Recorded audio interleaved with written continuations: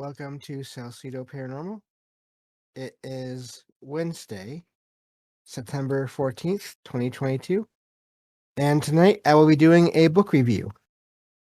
And as always, you can find all of the episodes of the show along with links to social media, ways to donate, and ways to contact me at the podcast page. And that is salcedoparanormal.podbean.com. That's SALSIDO paranormal.podbean.com. Always happy to hear from you all, whether you have comments or questions or topic suggestions, or if you have stories of paranormal experiences, whether they're your own or others that you trust. Happy to either read those or have you join me on the show to talk about them. And always happy to schedule those discussions for whatever time works as well. So tonight I'm going to review another Stephen King book. I talked with Derek, and we decided to reschedule his appearance for next week because he is going to be on another show later on tonight. And as always, I don't ever want to um, overdo it with any guests. That's the most important thing is that they're okay. And with these shows, as I said in my Discord server, they can take a lot of research to do beforehand. So um, I decided to pick a book and review it for tonight, and I will review The Shining tonight, and then in another week or two, whenever works best, I will also review the sequel to that, which is Doctor Sleep.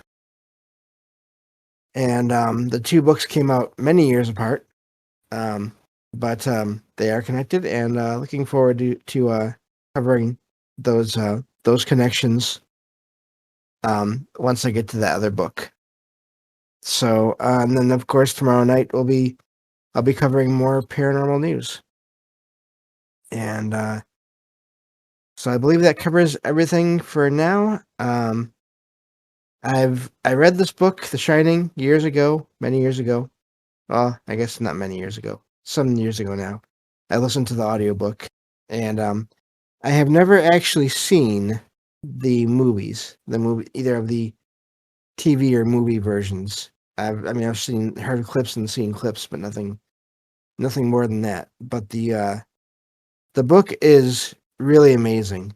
Um, it's a good mix of, in a way, psychological as well as paranormal horror.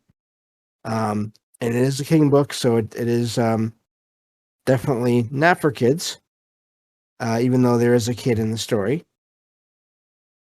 And so yeah, let me see here. I'll get into this file here that I found that is a summary of the book, and I'll talk about it, and we'll go from there. So this book came out in 1977, I believe. Let me check on that real quick. Yes, okay, 1977. And it takes place. Most of the book takes place in a fictional hotel known as the Overlook Hotel, which is it's isolated out in the Colorado Rockies. Now, the other amazing thing about this is it was heavily influenced by a real place, which of course is the Stanley Hotel, also in I believe in Colorado, I believe. But either way, if you look up Stanley Hotel Haunted, you can find a ton about that. And Stephen King actually stayed there and used that as an influence for a part of that book.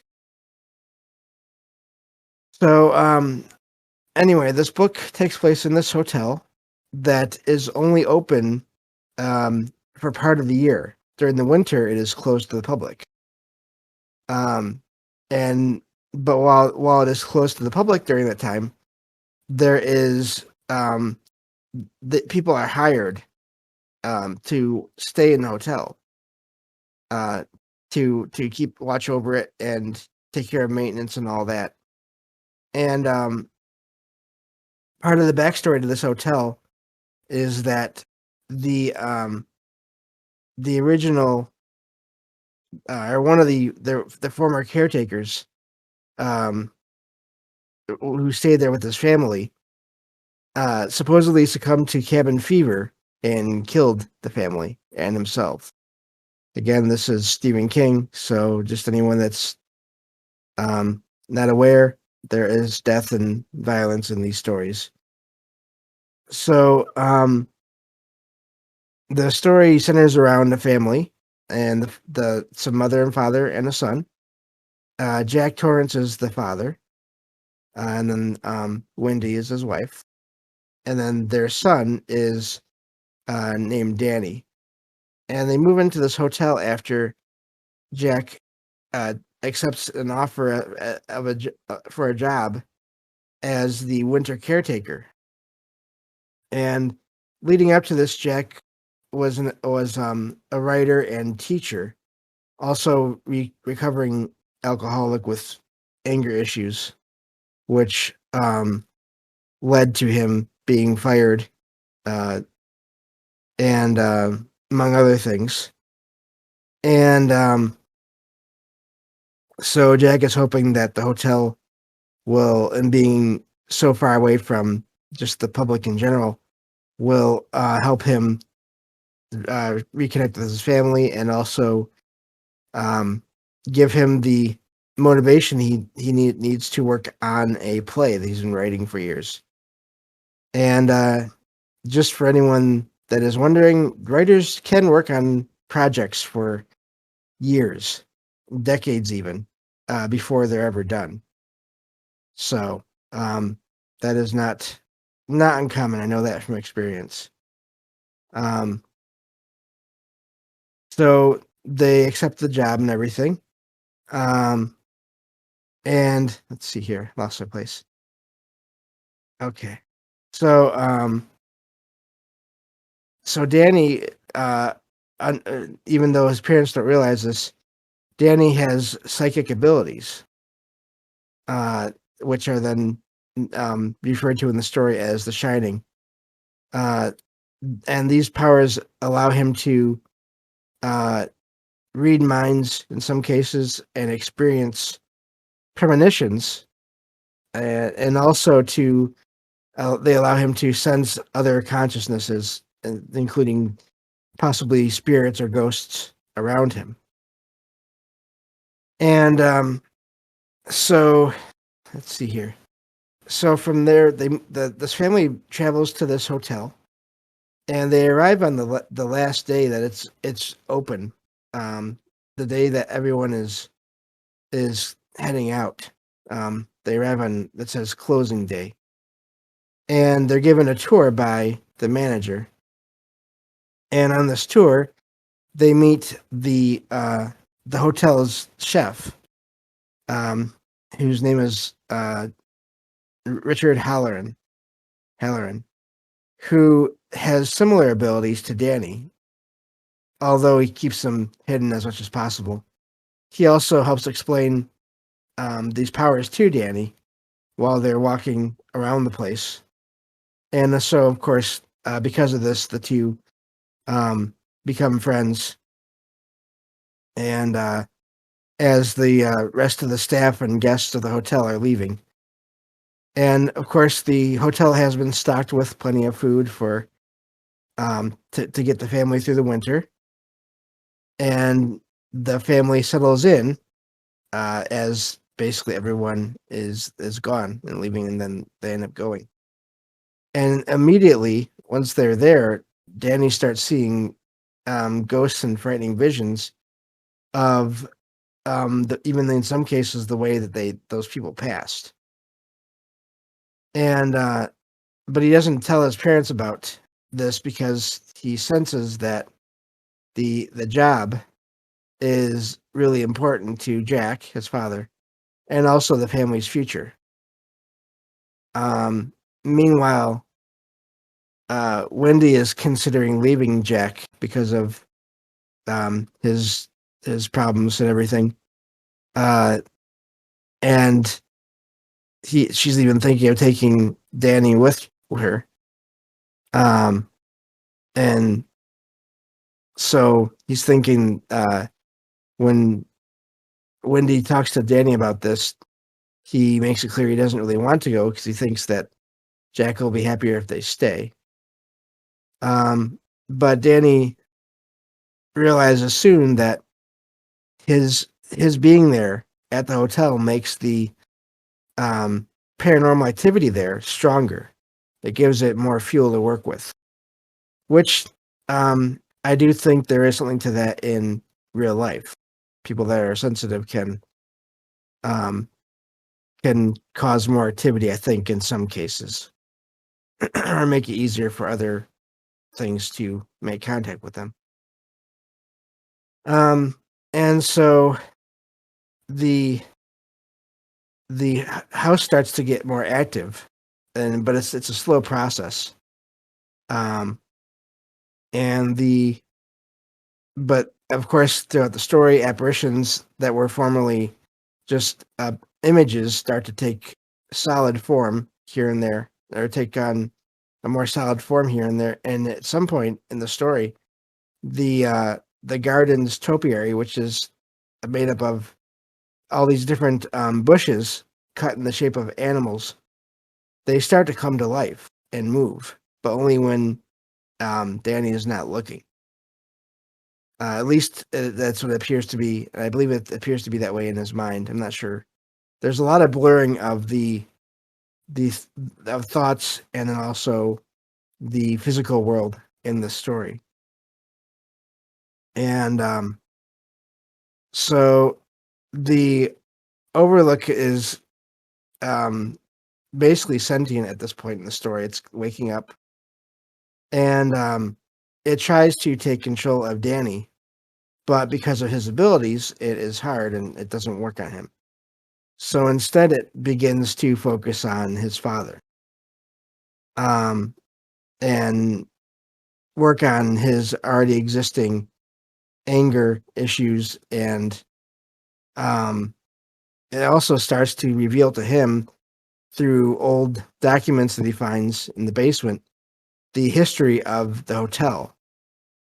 Um, it's found. This revealed through a scrapbook that he finds in the basement. A scrapbook and records. And of course, as this is happening, Jack starts to develop the same kind of cabin fever that the previous caretaker experienced, and becomes more and more unstable, uh, to the point where when the weather starts getting worse, he actually destroys a CB radio and um, makes it so that a snowmobile won't work. The snowmobile that's on the property will not function right. And of course, these are the two main links with the outside world that the family has.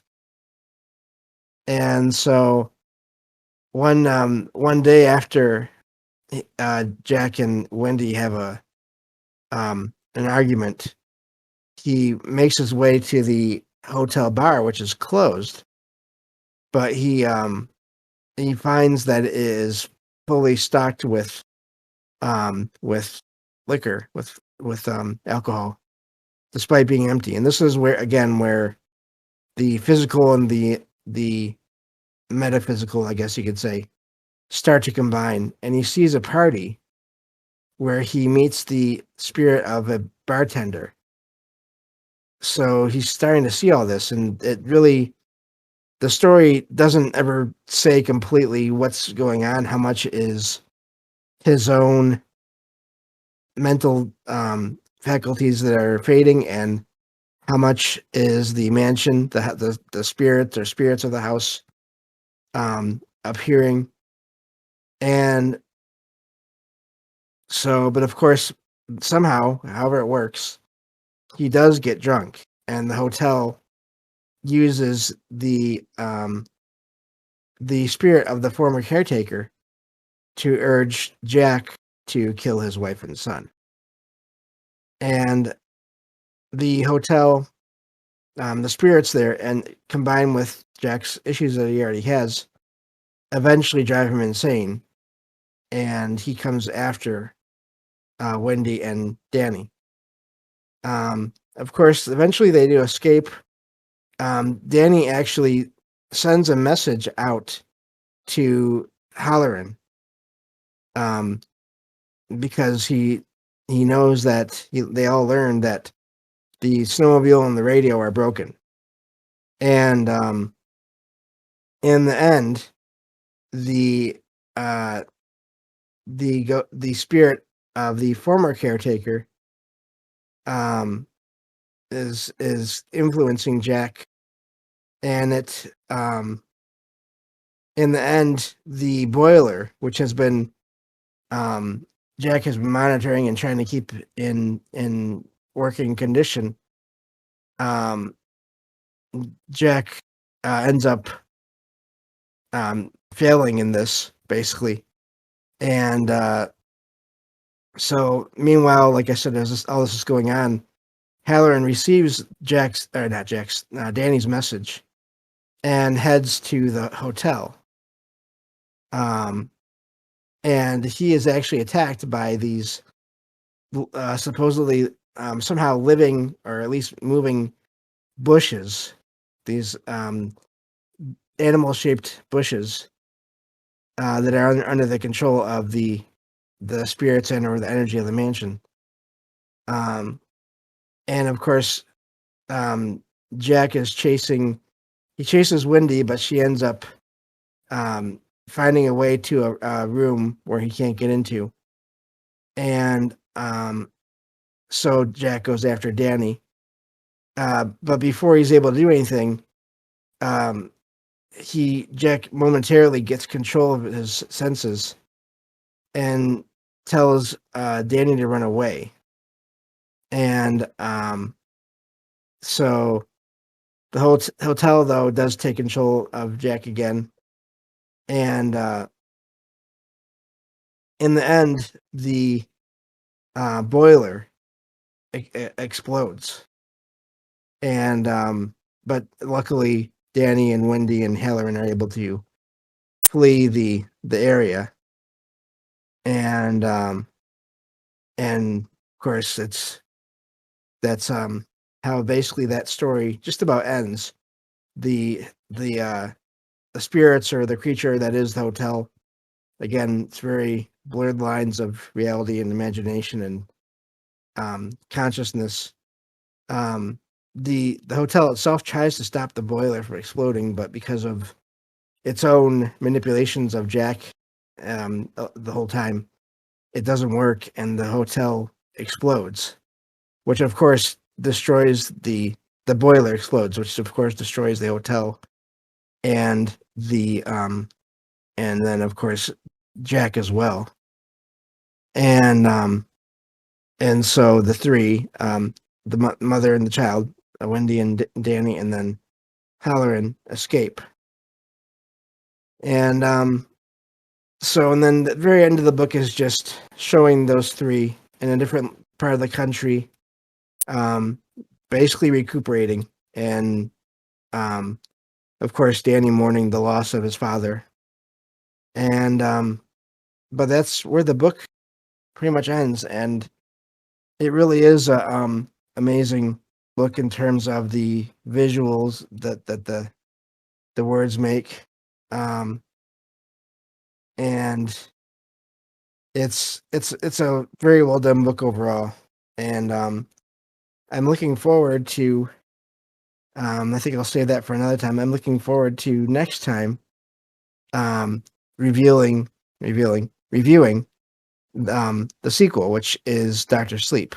So um, I may be one of those people. Yeah, it's possible.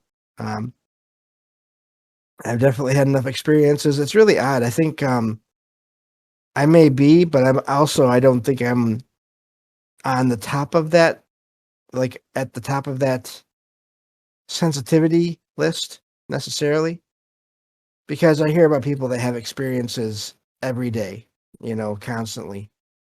And I don't have that's not how it is for me. It can seem like it with how much I talk about all this and everything, but um, that's just because I've had many experiences over many years. I'm 40 now, and so I've had enough experiences. Even if you only have, I think I said this before in another show, even if you only have 2 to maybe 5 experiences in a year, well, if you multiply that by 30 or more years, that does add up. So, and yeah, some people don't have any. So yeah, I do think I'm sort of in the middle of that whole spectrum, or that whole scale of sensitivity, and of course I think there are different types and all that as well. So yeah, I forgot to mention in the beginning of the show that there'd be spoilers, but I'm guessing you all figured that out by now. Um, but again, as I always say, I was just trying to summarize a book um, in in the show, and so there's a lot more that obviously I didn't get to. So I believe that covers everything for today. Thank you all for listening, and thank you all for being understanding when the schedule for the Wednesday shows kind of changes here and there. Um, I just I like to have guests on, but only if it's going to work for them, and that's really important to me. I don't ever want um to I want everyone to be okay and to not wear themselves out by doing these things, because I know it can be a lot of work to do. Um, so that's it. I will. I guess yeah, that is it for now. Thank you all, and I will talk to you all tomorrow night on the next episode of Salcedo Paranormal. Take care, everyone.